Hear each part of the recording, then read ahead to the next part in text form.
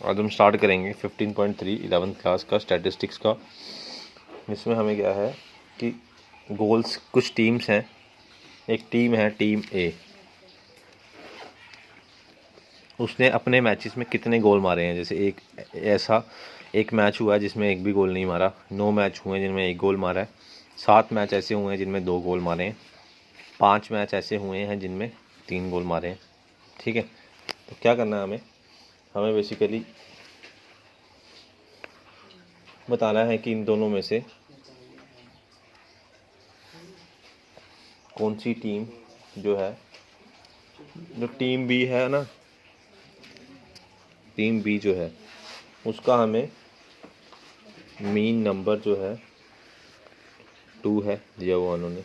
Standard deviation जो है वो 1.25 गोल्स है। तो ये टीम बी का डाटा है, ये टीम ए का डाटा है। अब आपको बताना है कि which team was more consistent, कि ज़्यादा कंसिस्टेंट टीम कौन सी है। ठीक है, चलो स्टार्ट करते हैं। तो सबसे पहले रा डाटा को हम यूज़ करेंगे नंबर ऑफ गोल्स, जिसको हम डिनोट करेंगे एक्स आई से। कहाँ दिख रहा होगा उसको, नंबर ऑफ गोल्स को डिनोट करेंगे एक्स आई से। तो बताओ कितने हैं। सबसे पहले 0 गोल वाले 1 2 3 और 4। देखो 0 1 2 3 4, 4 ही वही गोल है। अब देखो ये नंबर ऑफ मैचेस हमें टाइम ही एक तरह की फ्रिक्वेंसी ही बता रहे हैं। तो 0 मैच वाले 1 है, 1 वाले 9 हैं, 2 वाले 7, 2 गोल वाले 7 हैं, 3 गोल वाले 5 हैं और 4 गोल वाले 3 मैच हैं। ठीक है, अब आपको निकालना है इसमें एक्स आई का स्क्वायर। ठीक है, एक्स कितना है 0, 0 का स्क्वायर 0, 1 है एक्स, 1 का स्क्वायर 1, 2 है 2 का स्क्वायर 4, 3 का स्क्वायर 9, 4 का स्क्वायर 16। ठीक है, f i x I frequency कितनी है 1, एक्स आई कितना है, एक्स आई है 1 into 0 0, 9 into 1 9, 7 into 2 14, 5 into 3 15, 3 into 4 12। ठीक है, और लास्ट में हमारा है f i x I square. F I कितना है 1, एक्स आई स्क्वायर 0 तो 0, 9 1 जा 9, 7 4 जा 28,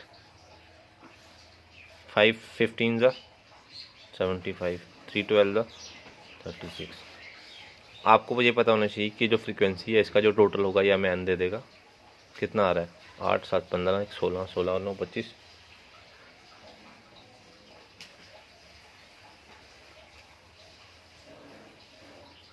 सॉरी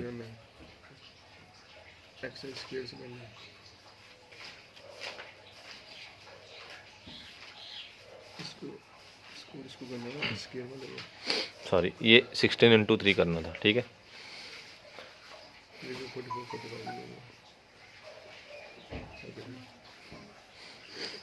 इसको भी ऐड कर लो। 15 9 5 7 4 11 9 20 9 कैरी 50। ठीक, इसको भी ऐड कर लो 130।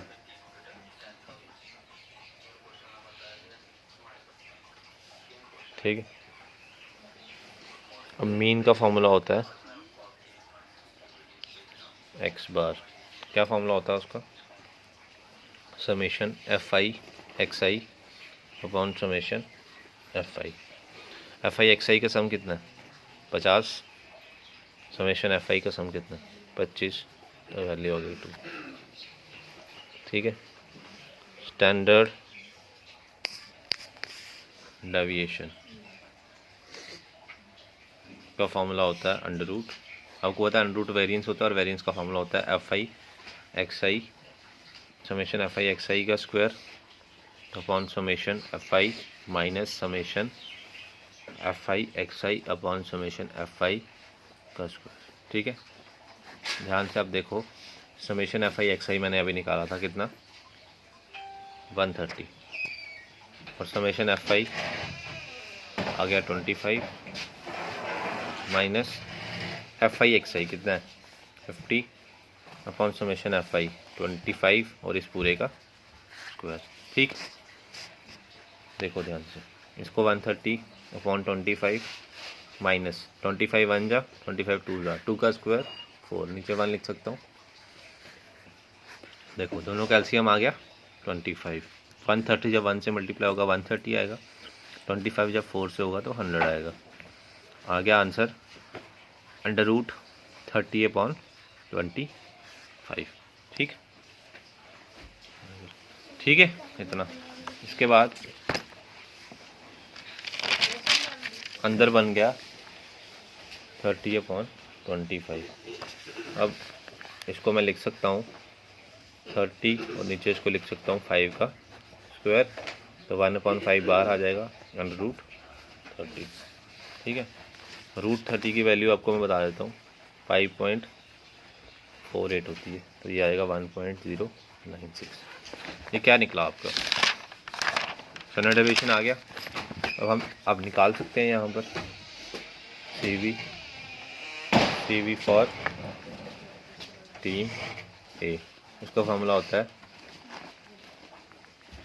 Sigma upon x into 100। Sigma आपको पता होना चाहिए स्टैंडर्ड डेविएशन होता है, वो हमने अभी निकाला 1.096। एक्स कितना है 2 है इंटू 100। आपको लग रहा होगा ये 2 कहाँ से है, ध्यान से अगर आप देखोगे तो शायद उसने मीन नंबर दिया था 2 आया। इसको जब आप डिवाइड करोगे 50 सा और उससे आप मल्टीप्लाई करोगे आपके पास आंसर आ जाएगा 54.8। वैसे ही अब टीम बी की हम बात कर रहे हैं, 2 थीम थी ना।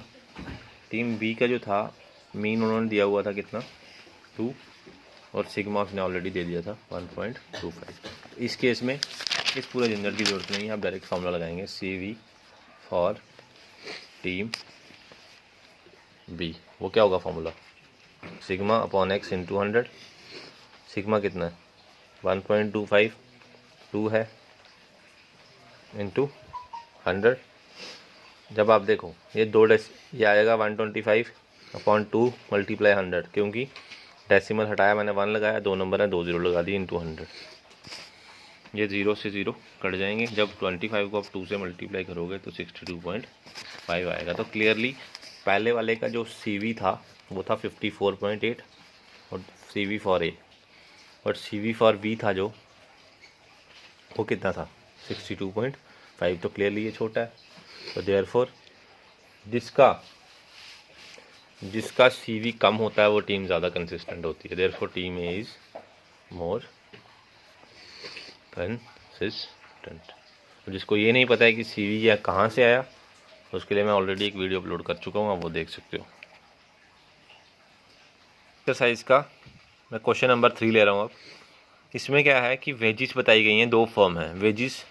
वेजिस क्या होती हैं आपको पता होना चाहिए। वेजिस और सैलरी में क्या डिफरेंस होता है। वेजिस होती हैं जो आप स्टाफ लगाते हो और उसको आप पर डे के हिसाब से पैसे देते हो, या फिर जो भी लेबर वाले लोग होते हैं उनको जो है वो सैलरी नहीं दी जाती, उनको वेजिस दी जाती हैं। ठीक है, अब वेजिस कह रहा है फर्म ए में जो है कि इतने लोग हैं जो वेजिस कमाते हैं और फर्म बी में इतने लोग कमाते हैं।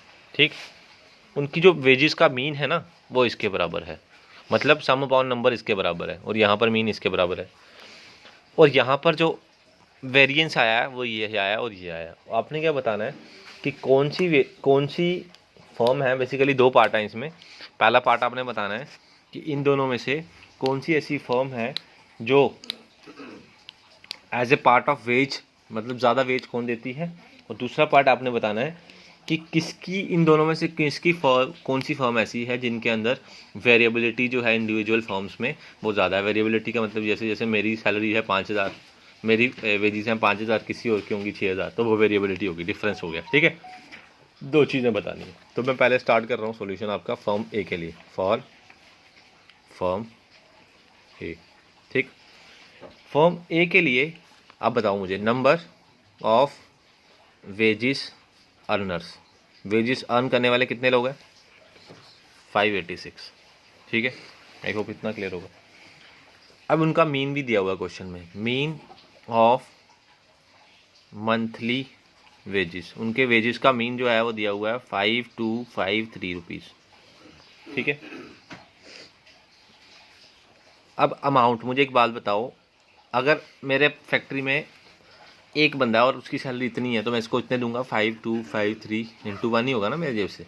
लेकिन अगर बंदे 586 हैं तो अमाउंट ऑफ मंथली वेजेस जो होगा, monthly wages paid by firm, जो फर्म दे रही है वो कितना होगा?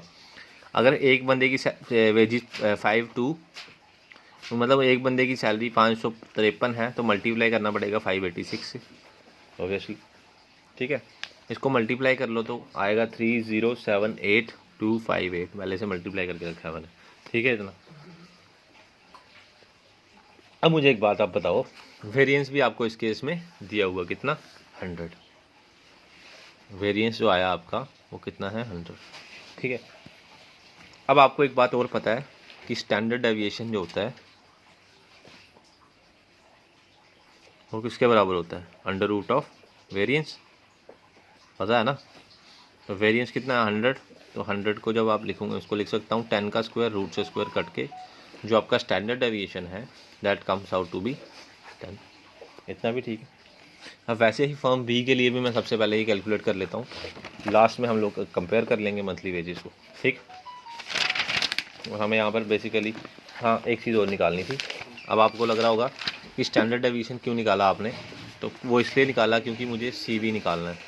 ठीक है, उसका फॉर्मूला होता है सिग्मा अपॉन एक्स इंटू 100। तो सिग्मा कितना था? 10, एक्स कितना है आपका? मीन होता है ना, एक्स बार होता है बेसिकली। तो 5253 इंटू 100 इंटू 100। ठीक है, तो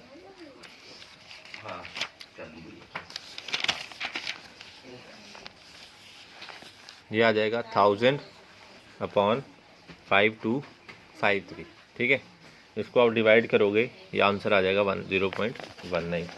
अब वैसे ही देखो, फर्म फॉर फर्म बी, अगर हम फर्म बी की बात करें तो फर्म बी के लिए नंबर ऑफ वेजेस अर्नर्स जो थे 648 थे,